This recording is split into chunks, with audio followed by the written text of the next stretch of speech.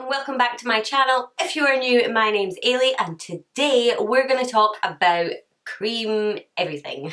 Because I did the, what did I call it? Full face cream products, no powder challenge, I have no idea, but I did a whole face of makeup with just cream products and it was weird. Oh god, it felt weird. But before that, the reason that I wanted to do that was because I've really fallen in love with cream contour. I don't know why. I don't know if it is this L'Oreal Infallible Shaping Sticks, but I've just really fallen in love with the way it looks, and I said it once, I've said it a million times, I have dry skin. So cream products do tend to work better on my skin. That's just the way it goes. It's not too bad recently. It is reasonably broken out, but we'll just ignore that. So yeah, I just realised that I've never really gone into depth on how to do it. I had to figure it out, you know, quite a lot on my own a long time ago, and I've actually encountered it in professional makeup courses and things like that, and I really do think that you need to know the basics on how to do it and need to know kind of roughly how to do it, and then you just really find your own way. You find your own way at figuring out where it's going to go on your face. It's really a lot about personal preference on what shade you use, things like that. So I just thought that I would talk about it today. I would talk about how I do it, my tips and tricks and things like that, and we'll do it together a little bit more in depth because I think I pretty much speed through it in most of my other videos. So yeah, that is what we're going to do today. So if you want to see how to cream contour, blush and highlight, then just keep watching. So I had been thinking about for a little while doing sort of a beginner series, and I'm definitely going to do that with like eyeshadows. So basically what I'm going to do is I'm going to do like a beginner series, and basically it'll be like how to create a smoky eye, how to create a half cut crease, how to create a halo eye, a spotlight eye, things like that. So that'll be sort of like the beginner's eyeshadow series. So I suppose this could count as a sort of beginner's base video. I don't know. I mean, is foundation really that difficult to apply that it would need an explanation? I know I've done sort of like prep work. I would say that the prep is harder than applying the foundation, if that makes any sense. Anyway, off track. We are going to start today and we're going to cream contour. These are by far my favourite cream contour products. These are the L'Oreal Infallible Shaping Sticks, like I said, and I have the shade 200 and 220. And there is quite a difference. I don't know if they do a 210, but I would say, I mean, there is really quite a difference in between those shades. So you can see there. This definitely is my favourite, that's shade number 200. And basically what I've been doing is, if you find the hollow of your cheek, now this is where people used to say do the fishy face, but it only really soaks in your cheeks here, and really don't want to be pulling your contour way down here. Not in my opinion anyway. So what I tend to do is, if you actually go from the top of your ear here and just drop your finger down a little bit, you can probably feel the hollow of your cheekbone.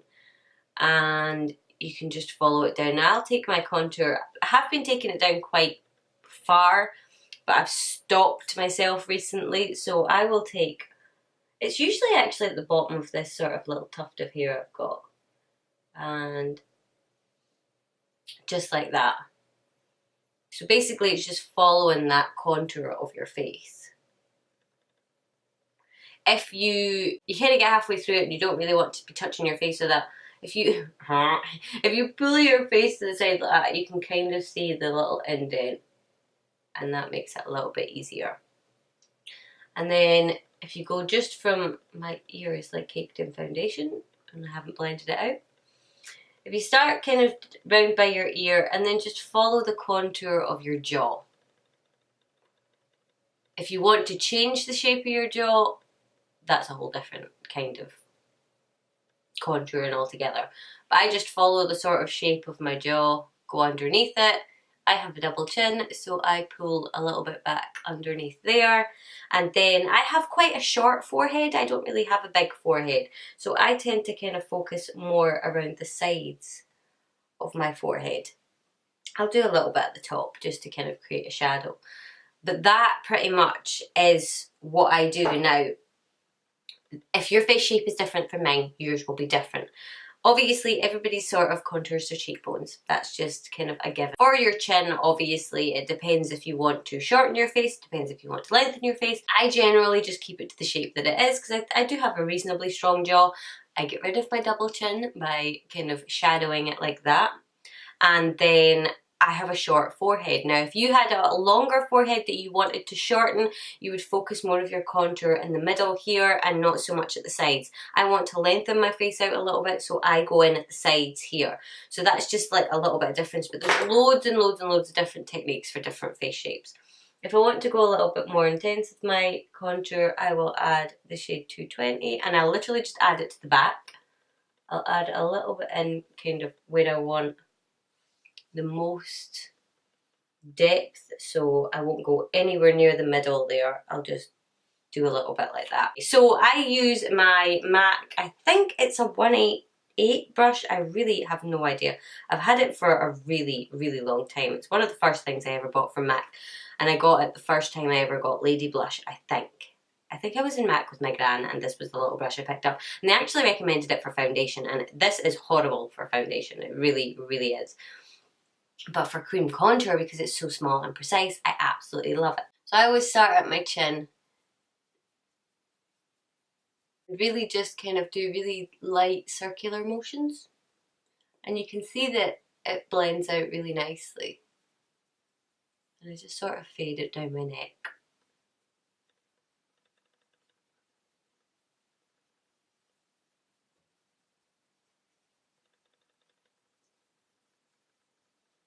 It's always better to add less to begin with, because you can always add more.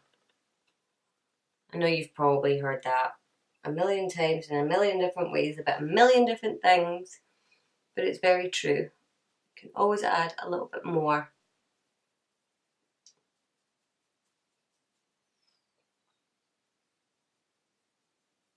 And I always make sure to sort of really get it into my hairline, because I do have the weirdest hairline on the planet. Like, I've got like a random bit here. It's pretty normal at the front, and then I've got another random bit here. It's so weird. I always pull it just down, kind of past my temples to join in with this part of my contour, and then I angle my brush upwards so that I'm not sort of bringing it down at all, and sort of do little forward circular motions just to blend this out.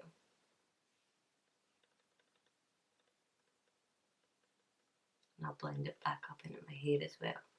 And this brush, for some reason, has started molting on me. So annoying. But I still love it that much for this that I'll forgive it. So I pull it down to around about kind of just the edge of my eye. And then usually I'll just grab my beauty blender, the same one I did my foundation with, and I'll just sort of go over the top to kind of melt it in a little bit. Blur out the kind of edges and stuff like that. Okay, so once that is done, I wouldn't worry if it's a little bit too intense for you to begin with, because my contour always looks kind of intense on camera. It looks really natural in real life, actually. I probably could have gone a little bit more heavy-handed with it. But because we're doing all cream, you still need to set the cream, you still need to add the other stuff. It's gonna blend away a little bit. So we're gonna move on to blush now, and you'll notice I didn't cream contour my nose, and that's just because that's personal preference. I don't like to do that. But do you know what?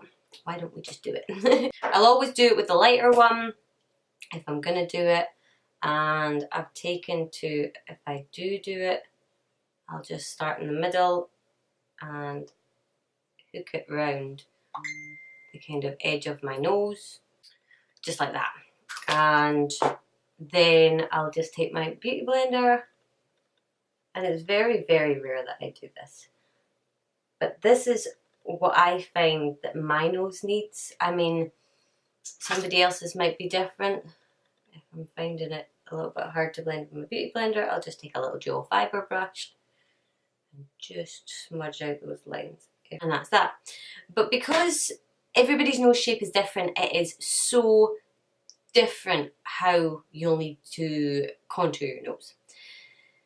Wayne Goss has a fantastic video on it, I think, anyway, so I would go and check out his channel.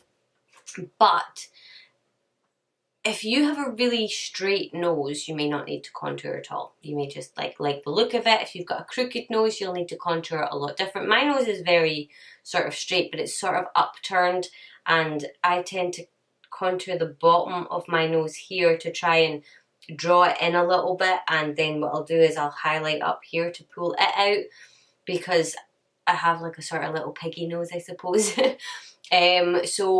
But I have the button there, and the button is kind of what most people want. Candy Johnson, she has done a really good contour and nose contouring video as well, so go and check hers out. Basically, different noses need different things. If you have like a really thin nose at the top, you may only need to contour the bottom. If you have a thin nose at the bottom and wide at the top, kind of between your brows, you may only need to contour the top. That's a whole other video. But anyway, all I do is I curl it around the bottom just to get rid of kind of my upturnedness, and a line down either side just to slim it down a wee bit, because I do have quite a wide little nose. On to blush. So I'm using MAC's Lady Blush, and I absolutely love this blush. It's the only cream blush I have, just purely because I love this one in particular. I have never found another kind of cream blush. I've never really dabbled with them. The only reason that I have this is the second one I've had of these, is because I got it by accident. I loved the colour of it. I absolutely adored the colour of it. And I think it gives a really, really beautiful sort of colour to the skin. And it does have a beautiful shade from Makeup Geek that you can pair it with to set it down, which I will show you in a little bit. But basically here I've just got a buffing brush from Real Techniques. You can use any sort of brush for this, really. This is just the one I prefer, because I like to sort of like stamp it on, but you can see it just has like a really beautiful sheen to it. And I like to sort of pull it and blend it into my contour a little bit. And as I say, I'll leave it a little bit more intense because it is going to fade a little bit. And then for highlight, I have two. I've got the Benefit High Beam, which is just a little bit sample. And I've got the Infallible Shaping Stick in Gold is Cold. This is a more of a liquidy one. This is more of a stick cream formula. So with this, I literally will just, you know, dot it on.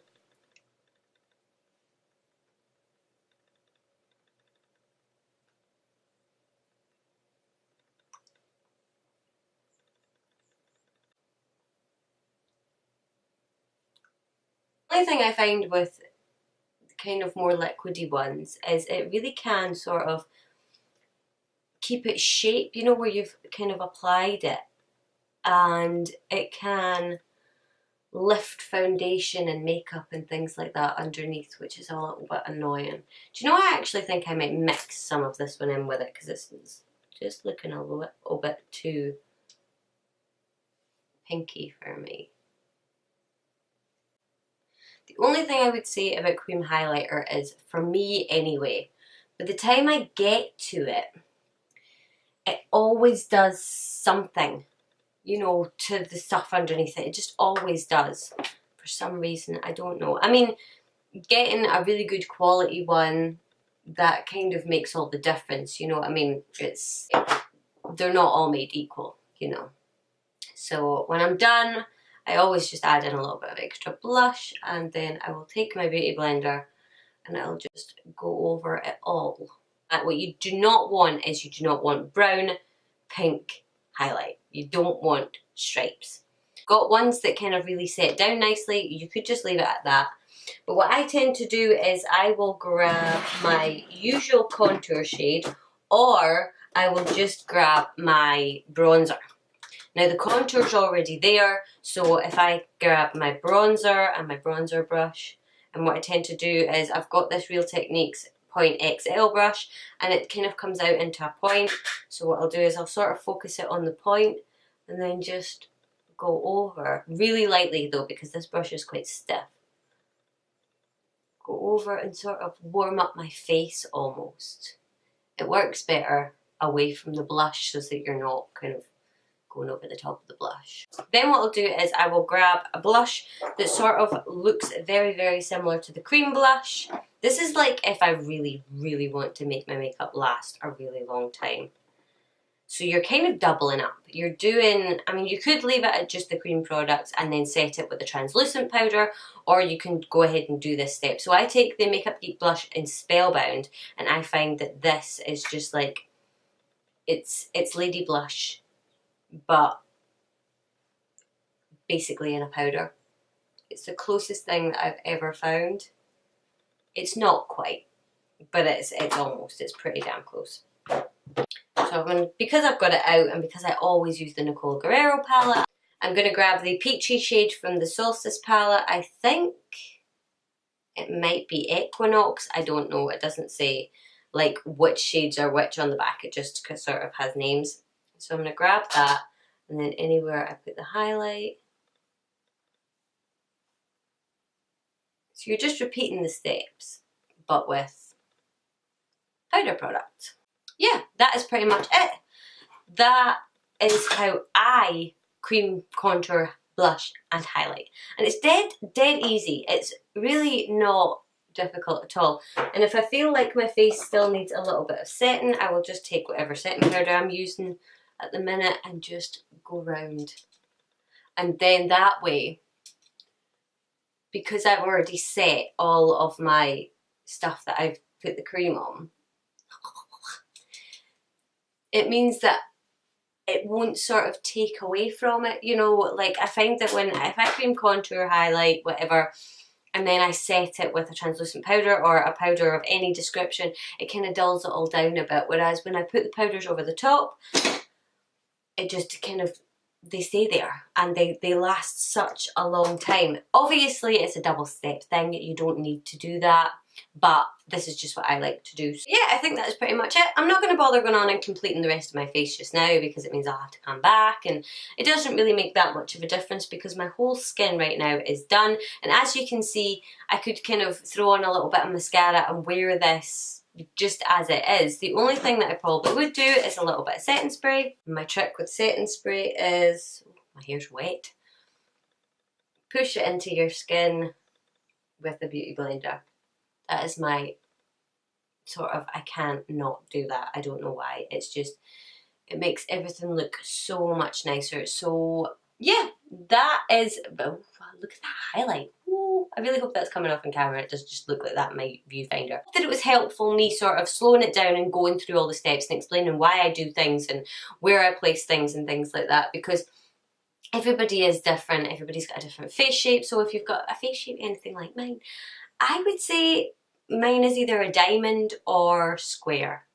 I can never really tell. But anyway, I think that there's no right or wrong. Whatever you think suits your face, go with that. You know, whatever you like to do, whatever you think looks good, stick with that, definitely. But I hope this kind of helped you if you're a beginner. So that is all from me, and if you enjoyed this video, I would love if you would give it a thumbs up and subscribe to my channel. Obviously I post videos every Monday, Wednesday and Friday, so yeah, hopefully I will see you in the next one. Bye!